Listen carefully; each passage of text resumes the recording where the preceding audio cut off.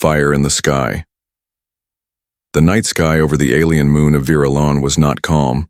It was on fire. Captain Jace Walker, a human rescue pilot, flew his small ship close to the burning wreck. The flames lit up the dark sky like falling stars. Smoke and fire filled the air as pieces of a large alien cruiser crashed to the surface. "Mayday signal received," Jace said, gripping his controls. "I'm going in." His ship was not made for combat, but this was not a combat mission. It was a rescue. That's what Jace did. He didn't care about species status or politics. If someone needed help, he went in. He dodged falling metal and sharp debris, finally spotting a half-destroyed escape pod lying near a ridge of sharp black rocks. He landed his ship carefully and ran toward the pod. The hatch was half open. Steam hissed out. Sparks flew. Inside, it was dark until he saw her. Lying there, still breathing but clearly hurt, was a beautiful alien girl. Her skin was a light lavender color. Her long silver hair was tangled with bits of glass and blood. She wore an elegant uniform of shining fabric torn and scorched. A small crown-like ornament rested on her head, half broken. Jace's eyes widened. "Royalty," he muttered. "I hope I don't mess this up." He didn't waste time. Gently, he reached in and pulled her out. She was light in his arms, but every step was heavy. The ground shook beneath his boots as another blast rocked the area behind him. As he brought her into his ship, he laid her on a medical bed. Her breathing was weak, but stable. He checked her pulse. "Come on, stay with me." Suddenly her eyes opened, bright violet, sharp like knives. She looked at him, confused at first, then furious. "Put me down," she snapped in a strong accent, trying to push him away. "How dare you touch me?" Jace stepped back, shocked. "You were about to die. I pulled you out of that crash." "You are human," she said coldly. "Your hands should not be on the body of a highborn." "Well," Jace said, wiping sweat from his forehead. "Next time I'll let the fire do the touching." The alien girl sat up slowly, holding her side. Her pride wouldn't let her show pain. "You will be punished for this," she hissed. "Maybe," he said. "But first I need to stop your wounds from getting worse. Do you want to live or not?" She didn't answer. She just looked away, her jaw tight. Jace applied some healing gel from his first aid kit. Her arm had a deep burn and her ribs might be cracked. Still, she didn't even thank him, not even a nod. After a while, the ship's alarm beeped. "Storm, coming," Jace said. "A cold one. We need shelter fast." He looked at her. "Can you walk?" She stood slowly, refusing to show weakness. "I am Arilyn Veltari, daughter of the Grand House of Veltari. I can walk just fine." Jace nodded. "Great. I'm Jace Walker. I save people who yell at me." He packed supplies and guided her toward a nearby cave he saw during landing. The wind had already started blowing hard. Snow and ice filled the air like knives. Arilyn walked beside him, but with every step, her pride looked heavier than her wounds. They reached the cave just as the storm hit hard. Inside, it was dark and cold. Jace lit a small heat lantern and set up a sleeping mat. "You'll need to rest," he said. "I do not rest beside humans," she said. "Fine," Jace said. "Then I'll sleep. You can freeze standing." He lay down, ignoring her stare. His back was sore. His hands were shaking. And still, he didn't regret helping her. She sat in the far corner of the cave, arms crossed. The heat from the lantern slowly began to warm the space between them. Silence stretched between them. Then she whispered to herself, low enough that he couldn't hear. "Why did you really save me, human?" Jace didn't reply. He was already asleep. And though she would never admit it, Arilyn glanced at him again. This time not with anger, but something else she didn't yet understand. The cold shelter hook. Arilyn woke up to the sound of breathing, steady, human breathing, and the strange smell of fire and smoke. She wasn't dead, but something inside her wished she hadn't opened her eyes at all. Arilyn Veltari blinked slowly. Her body ached. Her side was bandaged. The wound still throbbed. A sharp, earthy scent tickled her nose. Smoke. Cooked. Meat. Cloth soaked in healing gel. All of it. Primitive. She was still inside the cave, and the human was still here. Captain Jace Walker crouched near the heat lantern, quietly roasting a small alien bird over an open flame. His face was lit with orange glow, eyes tired but calm. He had built a small fire pit out of stones using whatever scraps he could find outside. The temperature had dropped below freezing. Snow hissed at the cave entrance like a hungry beast. She sat up, flinching at the sharp pain in her ribs. Jace turned his head. "Careful," he said. "Your side's still healing." "I do not need your concern," she snapped. "Okay," he shrugged. "Then don't fall over and die. That would ruin my evening." Erilyn stared at him, insulted but quiet. She didn't want to admit that her limbs were weak or that she hadn't eaten in over a day. Jace pulled a piece of roasted meat off the stick and set it on a flat stone in front of her. "Eat, or don't. Up to you." She frowned. This is food? It's the only thing I could catch before the storm hit, unless you want to chew snow." She hesitated, then picked it up. It smelled strange. She took a small bite. It was actually good. Jace didn't watch her. He just sat back, arms crossed behind his head. "So, what were you doing out here, highborn?" She raised an eyebrow. "You dare ask questions of a Veltari noble?" "I just saved your life," he said. "Pretty sure that earns me one or two questions."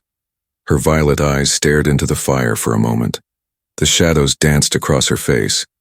"My ship was en route to the high courts of Zari Prime. We were attacked. Pirates, I think. Maybe rebels. The guards died. I escaped in the emergency pod." Jace nodded. "You were lucky I caught your signal." "No," she said coldly. "It is you who are lucky. My father will reward you, if he does not punish you first." Jace chuckled. "Nice to know I might get a medal or a prison sentence. Real fair?" She didn't reply. Silence fell again. Outside, the wind howled louder. The temperature dropped more. Erilyn's breath turned white in the air. She tried to sit closer to the fire but trembled. Her royal armor wasn't built for this cold, Jace noticed. He stood, took off his jacket, and tossed it toward her. She stared at it like it was infected. "I will not wear something covered in human sweat," she said. "Fine," he replied. "Then freeze." Minutes passed. Eventually, with shaking fingers, she picked up the jacket and wrapped it around herself. Jace pretended not to see. Later that night, the storm grew worse. The cave rumbled slightly as snow piled outside. The wind screamed like wild ghosts. Jace lay down on one side of the cave. Erilyn sat opposite, hugging her knees, her eyes open. She whispered into the dark, "Why did you really save me?" He didn't open his eyes. "I don't pick who to save, I just save. Even your enemy? You weren't my enemy." Silence. She pulled the jacket tighter. "I hit you," she said quietly. "I insulted you, called you filthy. You still helped." Jace gave a tired sigh. "Yeah, weird, huh?" She looked over at him. His face was calm. His chest rose and fell slowly with sleep. For the first time in her life, Erilyn felt something strange, something heavy. Shame. Her people were taught to look down on humans, to fear them, mock them, even hate them. But this one, this strange, stubborn, kind human, had done more for her in one day than her entire royal guard had during the crash. She curled up beside the fire, still watching him. Maybe he wasn't a barbarian. Maybe he was better than the nobles who left her behind, and that thought scared her more than the storm outside. A name in the dark. Erilyn didn't sleep that night, not because of the cold or the pain in her ribs, not even the fear of wild beasts or falling snow. No. What kept her awake was the human across from her. Calm. Brave. Sleeping like he didn't just risk his life for someone who'd slapped him. She had always believed humans were beneath her. Beasts in metal suits with no grace, no class, no worth. But Jace Walker confused her. He didn't act low. He didn't bow. He didn't beg. He just helped her. She stared at his face in the dim light. His skin was scarred. A deep cut along his cheek. A burn near his neck. His hands looked rough, hands of someone who had worked, fought, survived. Her people called such hands ugly. But Erilyn had never felt so safe. Morning came slow. A pale blue glow filled the cave. Jace stirred, stretched, then sat up and caught her staring. She quickly looked away. "You okay?" he asked. She cleared her throat. "I'm fine."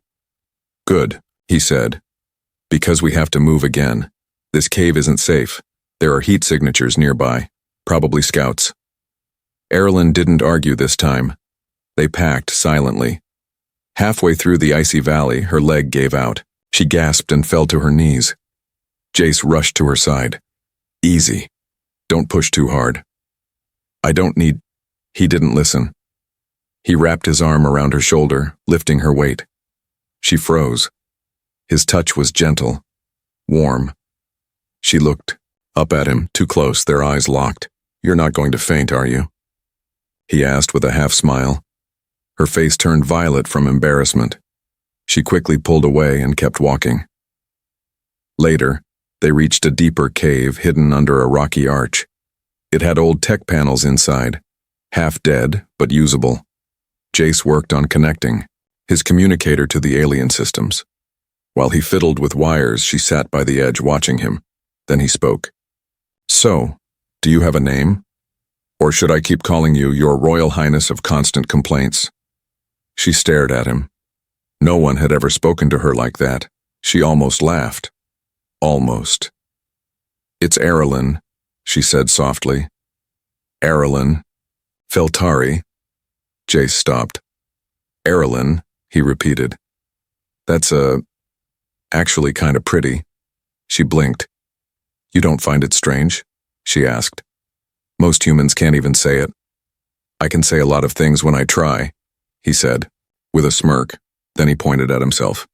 Jace Walker, Captain, Earth Alliance Rescue Division." She gave a small nod.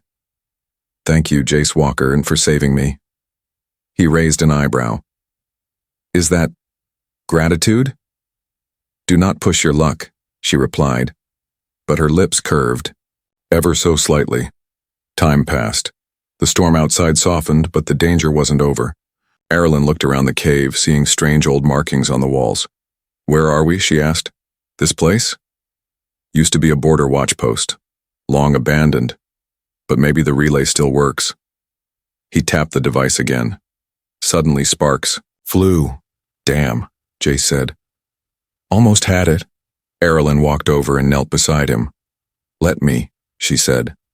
Her fingers moved swiftly over the alien console. Symbols lit up.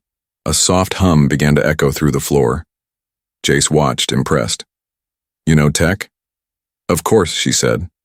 "What did you think I learned in royal school? Singing and sitting still?" "Well, yeah," he admitted. She rolled her eyes. Foolish human. Then a faint signal blipped on the screen. Jace grinned. "We're back online." They both looked at each other. Suddenly, the cave shook. A blast, outside, noises, footsteps, drones. Erilyn gasped. "They found us pirates?" Jace asked, grabbing his weapon. "No," she whispered. "It's worse. My people." Jace paused. "Shouldn't that be a good thing?" She looked down, then whispered. "Not for you." The escape plan, a low rumble, echoed through the cave walls. Dust fell from above. Erilyn pressed her back to the stone and held her breath. Outside, the unmistakable sound of Veltari hovercraft engines filled the air. Sharp, clean, perfect. Her people had arrived. But she didn't feel safe. She felt trapped. Jace crouched beside her, weapon ready. "I thought you said this was a rescue." Erilyn didn't answer right away. Her heart raced. The symbol she saw on one of the ships outside, it wasn't her father's crest. It was the emblem of the Judiciary Guard. Not rescuers, hunters. They're not here for me, she whispered. They're here for you. Jace frowned. Let me guess. Touching a highborn is a death sentence? She nodded slowly. They think you defiled me by saving me, that you broke sacred law by laying hands on royal skin. Jace sighed. Great. Remind me never to pick up royalty again. Another rumble. Then a voice, cold, mechanical, echoed into the cave from a hovering speaker drone. Erlen Veltari, this is Commander Scythar of the Judiciary Guard. Step outside alone. Surrender the human. You will not be harmed. Jace looked at her. What's the plan, Princess? She looked down, her mind spinning. She couldn't believe she was thinking this, but she was. I'm not giving you up, she said firmly. Jace blinked. Wait, what? You saved me. You didn't have to. You were kind when I wasn't. I won't let them punish you for helping me. Jace smiled a little. That's new. Shut up. They moved deeper into the cave. Jace found a narrow tunnel in the back. This leads to a ridge, he said. Might be a way out. But they'll see us, Erlen said. Not if we make a distraction. He opened his pack, pulling out a small energy grenade. You distract an entire royal squad with that, she asked. No, Jace said, holding up a second device. This will do the real work. He connected the grenade to his signal jammer and strapped it to a broken drone. When they get close, this thing will scramble their sensors and blind them for 60 seconds. Only 60? Erlen asked. He smiled. We only need 30. They returned to the front entrance. The drone still hovered, waiting. Jace stepped into view just long enough for the drone to spot him, then ducked back. Now they'll come. Sure enough, within minutes, armored footsteps approached. 3 guards entered the cave, rifles raised. By order of the High Council, boom! The drone exploded in a flash of white light. Alarms screamed. Sensors fried. The guards shouted, blinded and confused. Jace grabbed Erlen's hand and pulled her into the tunnel. Don't let go! He shouted as they ran. The tunnel was narrow, slippery, but they didn't stop. Behind them, angry voices echoed.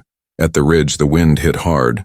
Jace threw out a flare, and in the distance, his ship's AI picked up the signal. Come on, he yelled.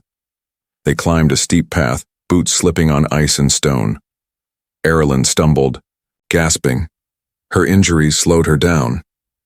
Jace paused, turned, and without thinking, lifted her into his arms again. You don't have to. I know I don't, he snapped. Let me. The ship appeared from behind the mountain curve, hovering low. As they reached it, plasma blasts fired from behind. One shot grazed Jace's arm. He winced but didn't stop. He jumped into the ship and sealed the door. The engines roared. Inside, Erlen grabbed the control panel, inputting a random direction. Just fly. Anywhere. Jace slammed the thrusters. They shot into the sky. Silence returned after a few minutes. Breathing hard, Jace looked over at her. So, still mad I touched you? She didn't answer. Instead, she reached out and took his hand. I was wrong, she whispered. He blinked. She looked at him, eyes softer than before. You're not a savage. You're more noble than any of them, Jace chuckled. Now that is something I never thought I'd hear from a highborn. Outside, the stars blinked silently. But inside, something had changed forever. Regret in her eyes hook. She had always been taught that humans were beneath her, but now one was bleeding in front of her because he protected her with his life. Blood, it stained his jacket, soaked into his shirt, and dripped slowly onto the metal floor. Erlen sat frozen, hands trembling, eyes wide as she stared at Jace. He leaned back in the pilot's chair, one arm hanging limp, lips pale from blood loss. Still breathing, but barely. She hadn't spoken since they escaped, but inside a storm raged louder than any that ever touched Virelon's skies. This human, this reckless, stubborn, brave human, had taken a plasma blast meant for her. No one back home would have done that. Not her guards. Not even her own cousins, not a single noble, but Jace had. And now, He was fading. She jumped into action. Panic sharpened her focus. Her hands moved over his wound, tearing fabric, applying pressure, grabbing the med kit. Jace opened one eye weakly. "Don't ruin my jacket." "Shut up," she snapped, voice breaking. "Just stay alive. That's an order," he smirked. "I don't take orders from space princesses." Tears burned behind her eyes. She hated him for making her laugh at a time like this. She poured the healing gel into the wound, wrapped the bandage tightly, and checked his vitals. "Pulse weak. But you'll live," she muttered. "If you die, I'll kill you." Jace closed, his eyes again. Fair enough. Erilyn sat back, chest rising and falling. Her hands were still shaking. She stared at the blood on her palms. His blood. Why did it bother her so much? She remembered her first words to him, the slap, the insult, calling him filthy, telling him he wasn't worthy to touch her. And yet, he kept saving her. She looked at him again, a scarred face, calloused hands, a stubborn soul, and the warmest heart she had ever known. Erilyn stood and walked to the ship's side chamber. There she found a small mirror. Her reflection stared back, dirty, bruised, no longer the perfect royal everyone knew. She touched the mirror gently. "I'm not who I was," she whispered. She didn't want to be. Later that night, Jace stirred. Again. His breathing was stronger now. The medicine was working. Erilyn sat beside him, not in royal posture, not cold or proud, but quiet, human-like, real. When he opened his eyes, she looked down, her voice soft. "I was wrong. About you." Jace blinked. "That's a first. I was taught to see you as less, but you're not. You're more than I expected." He looked at her, eyes serious. "And you're not the spoiled brat I thought you were." She almost smiled. Then she reached out and took his hand. "I'm sorry," she said. "For everything I said, for how I treated you, I regret it." He stared at her for a moment, then gently squeezed her hand. "I'd do it all again," he whispered. Erilyn's heart jumped. Before she could reply, the ship alarm beeped. She stood and walked to the console. A message was blinking, a signal from her people, her father's crest. A royal cruiser had locked onto their ship.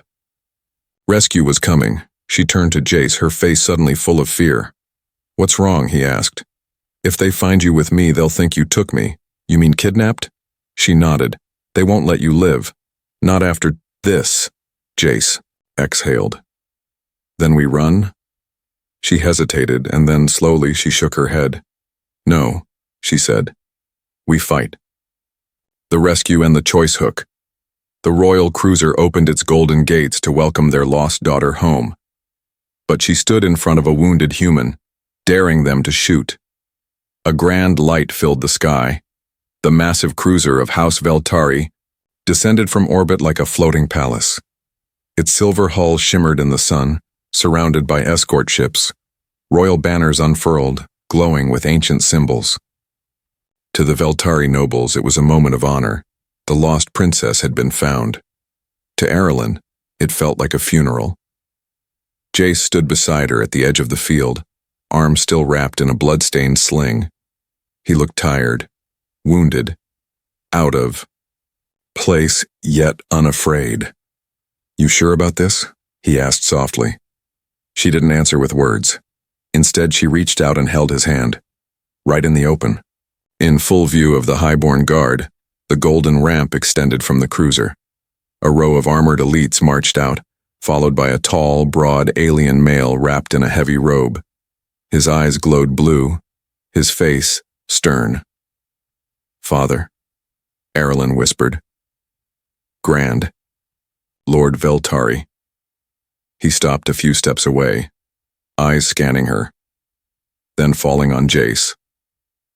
"Daughter," he said with calm thunder, "you have returned. Step away from the human. He will be judged and removed." "No," she replied.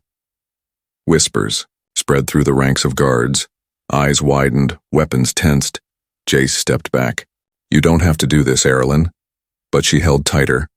I do. She faced her father. This human saved my life.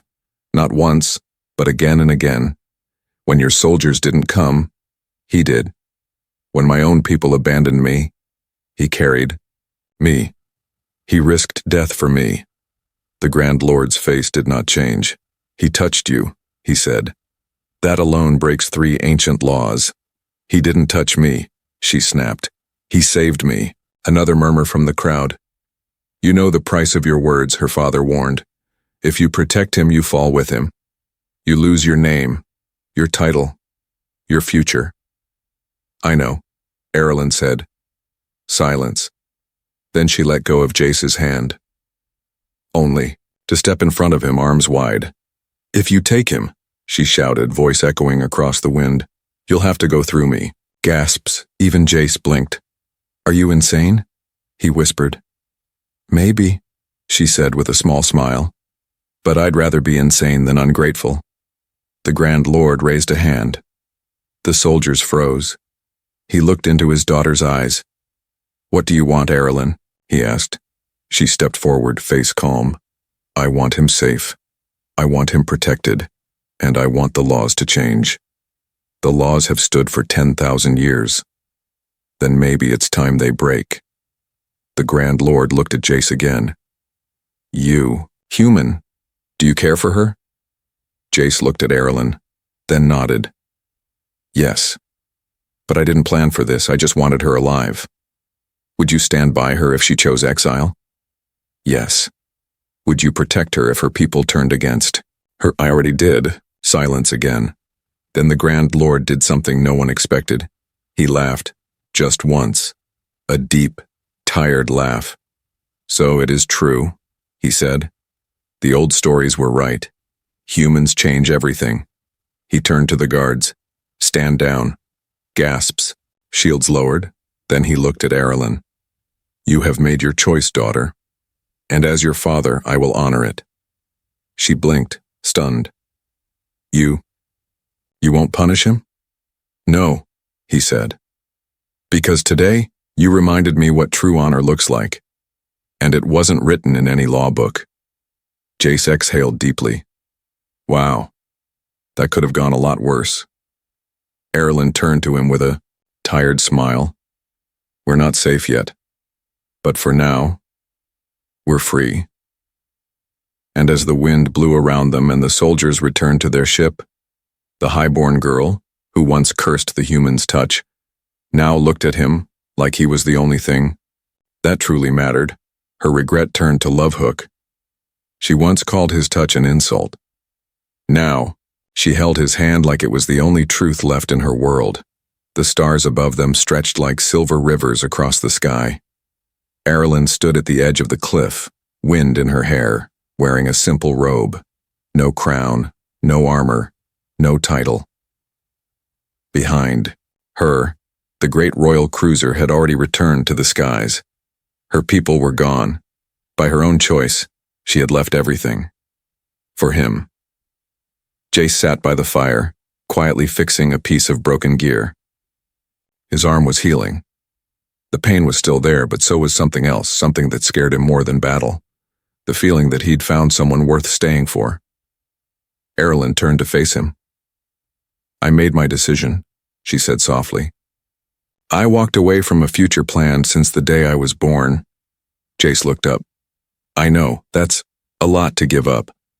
She walked toward him and sat beside him on the cold ground. It's strange, she said. I used to think strength was in rules, power, bloodlines, but now I think it's in kindness, in the courage to care. Jace gave a small laugh. You've changed. I had to, she said. You showed me a world beyond thrones and duty. They sat in silence for a while, watching the flames dance. Then she turned to him. Do you remember the first thing I said to you? He smiled. You mean the part where you called me filthy and slapped me? She nodded, eyes shining. I hated myself for that, she whispered. I hated how blind I was. You didn't deserve That. And you didn't give up on me. Jace looked at her. I didn't save you because you were a princess. I saved you because you were someone in pain, someone who needed help. Her eyes filled with quiet tears. Not of sadness, but of peace. I regret hurting you, she said, but I don't regret meeting you. She reached into her small bag and pulled out a piece of her old royal crest, broken during the crash, cracked down the middle. She placed it in his hands. This was my identity, my pride, my bloodline, she said. Now, I want you to have it as a reminder of who I was and who I became because of you. Jay stared at it, then at her. No one's ever given me something like this. You gave me something first, she whispered. You gave me you. He leaned closer. So, what now? She smiled, slowly placing her hand over his. We build a new life together. He blinked. You mean, with me? Is that so hard to believe? It's just, a few days ago you wouldn't let me touch your arm. A few days ago I didn't know your heart, she said.